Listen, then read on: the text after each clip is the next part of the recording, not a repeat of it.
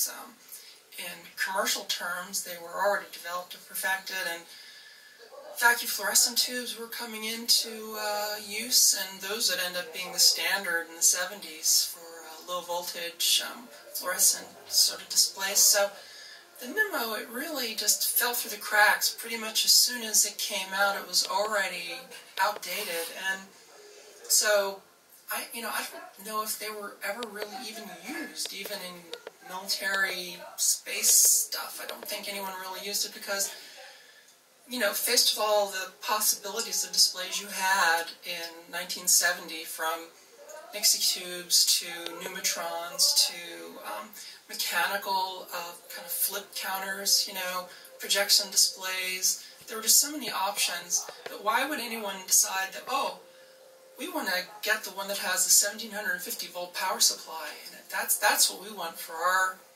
little gizmo. So yeah, I don't know how to line up the anode and actually hold the whole thing together and have it be snug but not too snug.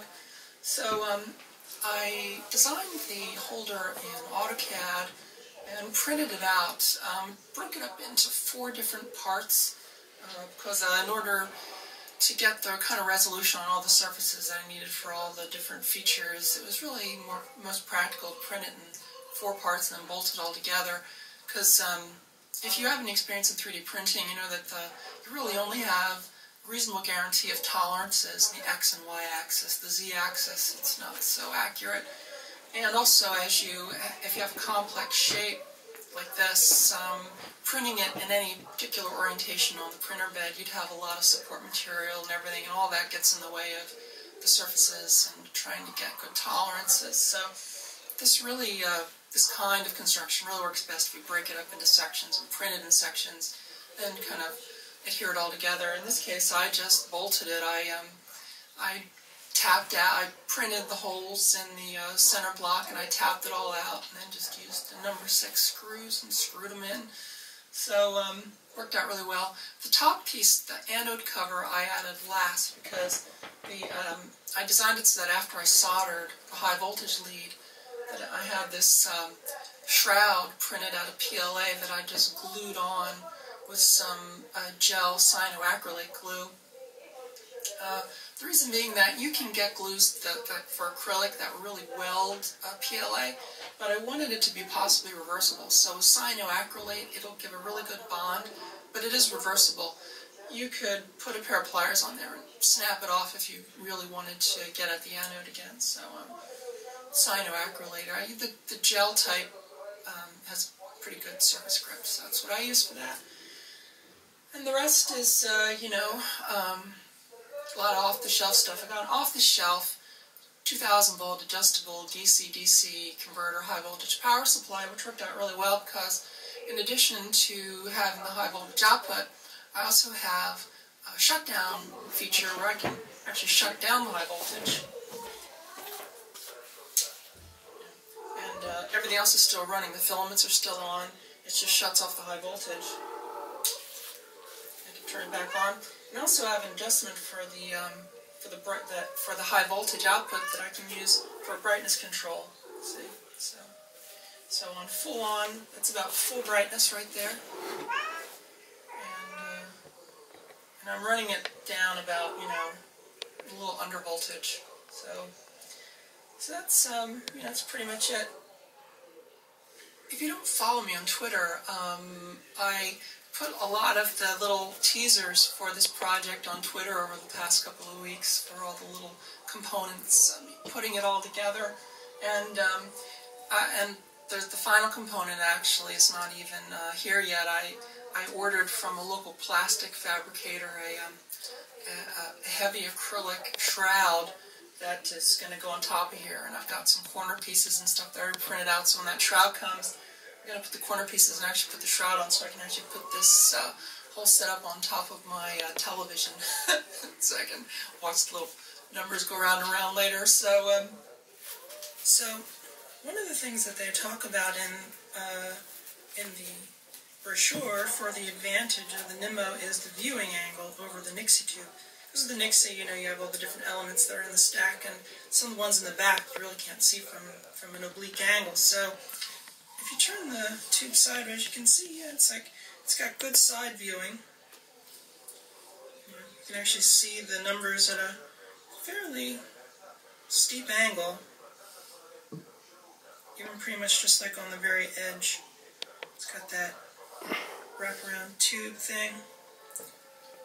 So yeah, it's pretty good on the angle, but one of the problems that I've seen since I've fired this thing up is the great deal of reflectance, because there are so many different elements in the tube, especially in the front, because there's, you know, the thickness of the glass, and then there's a phosphor layer behind that, and so I did notice this reflectivity, or you can, if you're, you know, looking at the actual number, there's, it's almost, you see a double image.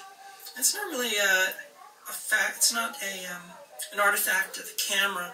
I mean, I'm seeing it here too, and best as I can see is that the double image is caused by the refraction and reflection of the light inside the glass of the actual tube, because the tube glass on the end is pretty thick, I think, and so you're actually seeing the light bouncing, part of the light reflecting off the outer surface of the inside of the glass tube and then reflecting back onto the phosphor, sort of as a reflected, slightly refracted image, which sort of appears as a slightly larger, blurrier image of the number on top of the number. So, but yeah, it's very hard to photograph too, because the number is very bright and the tube is not. So, if I turn it down, like, I'm going to really make it dim here. Yeah, doesn't really help with the view.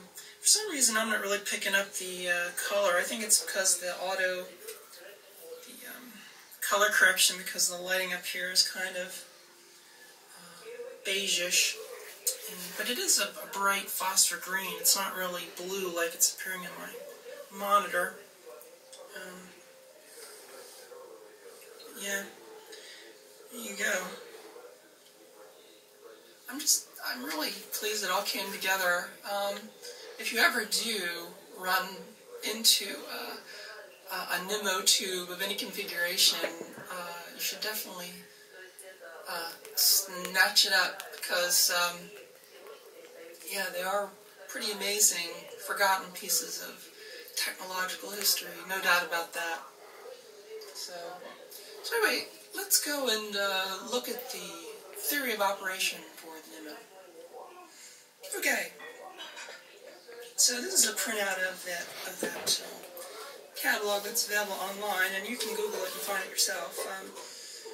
This is the thing that really surprised me, is the catalog. This is it's dated 1969. It has the single digit, and then it also has this 6-digit and also a 4-digit version. And I think they even, I saw an example of even a 64-element version that they had made at least small runs of. But I've never seen these in operation. I've never seen, like, examples of these. So whether they actually made them, or whether they were just prototyped and never really developed into actual products, I really don't know. But right at the start, in their brochure, they're showcasing the advantages of the Nimmo over the Nixie tube for, you know, the cloudiness of the image, although, you know, in practice, the Nimmo does have its own artifacts with reflectance and refractance. Is that refractance? Is that a word? It should be, because there is reflectance, so I guess there should be refractance.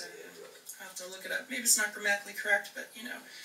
And here, the side viewing angle, which I just showed, that, you know, you can view it from a side angle, which is true, very true. And they also had some versions of the Nimmo. This is the other advantage, I guess, to over Nixie tubes, was that because of the phosphor, they had versions